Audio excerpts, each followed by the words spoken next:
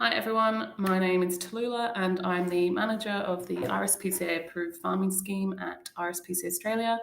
Really excited because today I'm going to share a bit more about the scheme, how it works, and our impact on farm animal welfare in Australia. So we'll get started. Before we get stuck into how it all works, I do think it's really important to reflect on our impact and the scale of what we do, especially as the program has now been running for 25 years.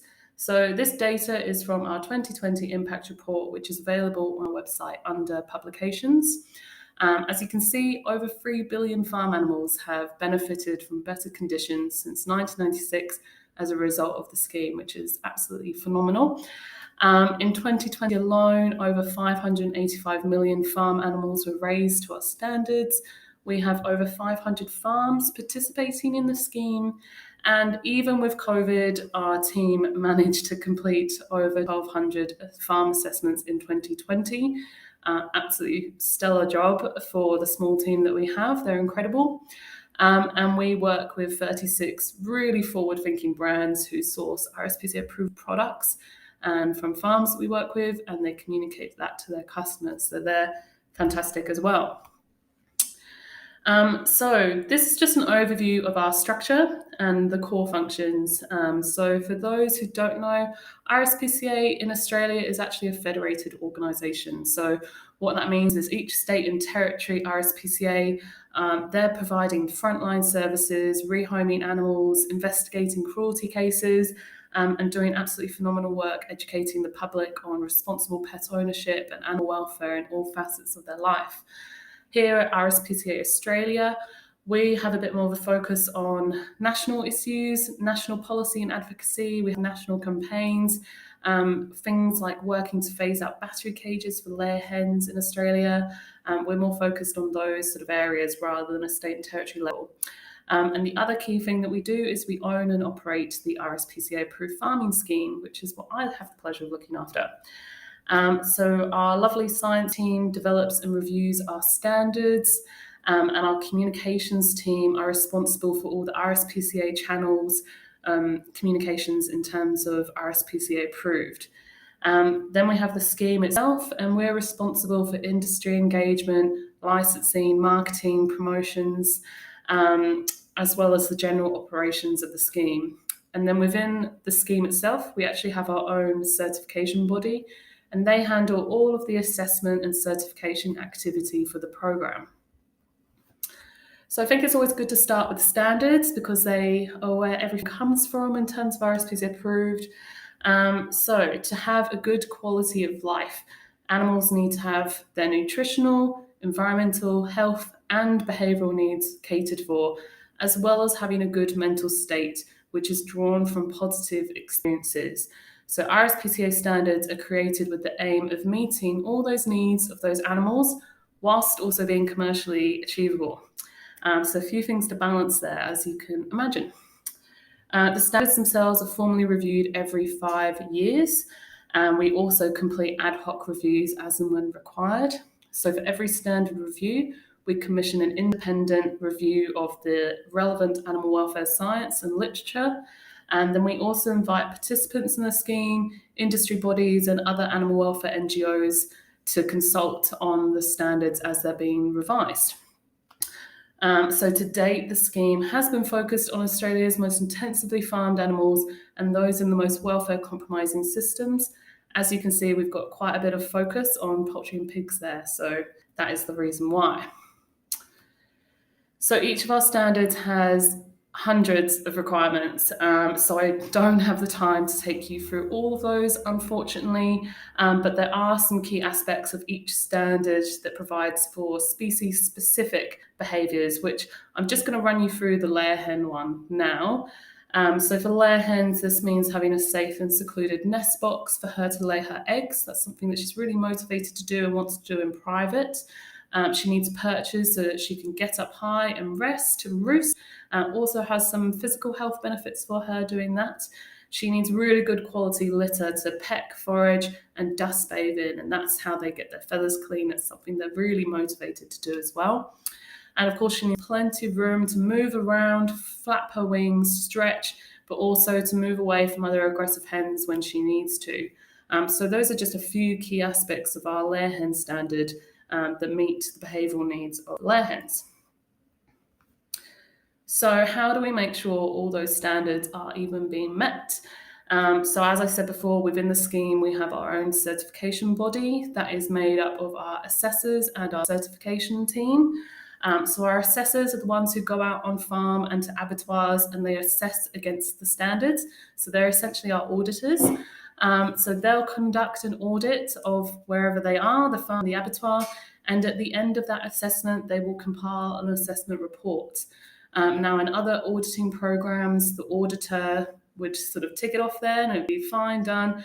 We actually have a few more steps, checks and balances in place. So their report goes to our certification team and they go through a process of evaluation and review before a certification decision is made. So there's quite a few people that need to be involved in the process.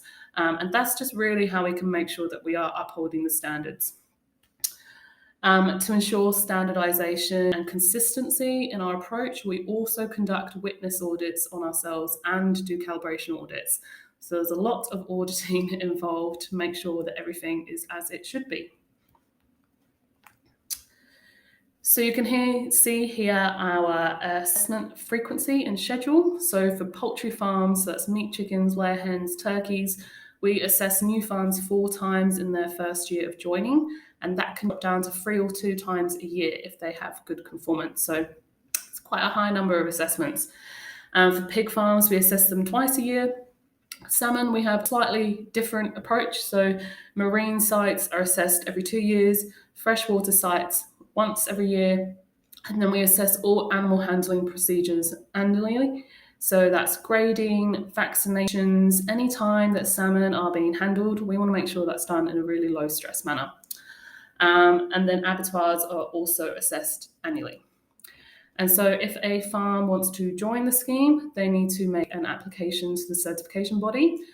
Part of that application will be doing their own self-assessment, so seeing if they actually meet the standards. And then depending on the outcome of that, we'll arrange an initial assessment. So we'll go out and we'll see, yep, are you meeting the standards? And if they are, they can then join and we'll start certifying them and they'll be on the assessment schedule. If there's a few things that need to be worked out, then we'll work with them to improve what they're doing and get them up to spec. So we have a standard that's detailed, it's based on the science and the evidence. We've assessed and certified the farms and the producers. So now we've got a bit of a focus actually on products. So ensuring products are properly labelled and accurately marketed is of really high importance to us. For this reason, we require all licensees to comply with our traceability policy and undergo annual assessment as part of our chain of custody processes. So this is really important to make sure that any time a customer sees that logo on a product, they can be sure that that has come from a farm that we have worked with and we've checked along the chain to make sure. So very important part of our work. So how do we even fund all this assessment and auditing and activity and checks and balances and standard development? So we are a not-for-profit program. We are very much focused on improving farm animal welfare, but donations to the RSPCA don't touch our work. We actually self-fund through licensing fees. So those brands who we work with to source and support those farms going above and beyond, if they want to use the certification and the logo, they do need to pay a licensing fee.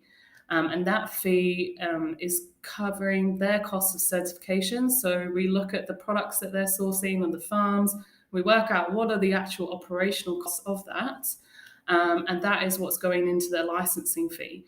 So they're really funding the rest of the way back. So producers, they're not generally paying assessment fees because we recognise that they're already paying a higher cost of production to meet our standards, whereas it's really the brands who are getting the benefit of using the logo. So it's up to them to make sure that those costs are covered. So that's a little sort of segue then into marketing and communications. We've got brands that are using the logo. We work quite closely with all our licensees to make sure that anytime they are using that logo and talking about their products, that it's really accurate and consistent. But in terms of our own marketing and communications work, We know that raising awareness about farm animal welfare is really core to the RSPCA's role in the Australian community. By promoting the scheme and the benefits of high welfare farming for animals to Australians who do eat eggs, meat and fish, we're supporting farmers going above and beyond and bringing higher welfare to the forefront of consumer decision making. We know many Australians do really care very deeply about farm animal welfare, but it's really confusing when you're in the supermarket aisle and there's all this different labelling going on. So for all our marketing and communications activities, we strive to be really accurate, authentic, and make it clear that if you are buying these products and you want to buy something better for animal welfare, RSPCA Approved is your best choice. So all of the imagery we use when talking about the scheme is from farms that we have worked with or do work with.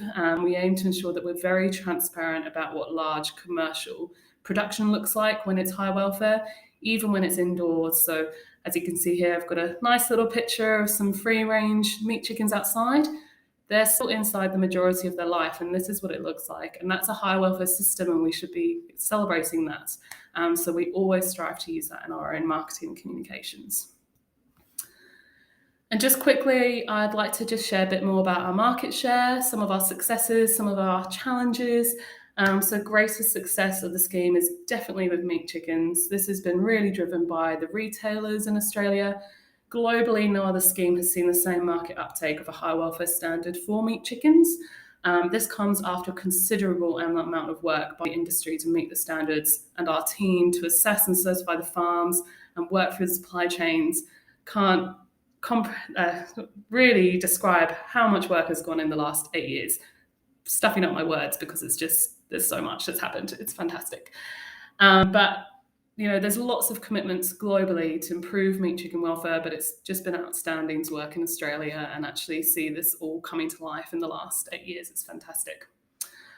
We have really good market share of salmon. That's increasing every year, and we do work with one of the main producers in TAWC, UN Aquaculture, so that's all down to them, and they've definitely worked really hard to improve the welfare of the salmon in their care. We still really struggle with layer hens and pigs. The majority of production in Australia still uses battery cages, farrowing crates, still uses painful husbandry procedures, all these things that we don't allow under our standard. So there's not very much market share that we can really work with. And the producers who often do want to meet our standards still find it really hard to actually meet them. So still lots of work to do in that space. And turkey as well is a very seasonal production. It's actually quite challenging to get high welfare turkey. So we've got a lot more work to do for those animals. And hopefully in time, we'll also expand our standards to other species. So if you think there's other industries that we should be working with to improve animal welfare, please do give us an email and let us know what you think.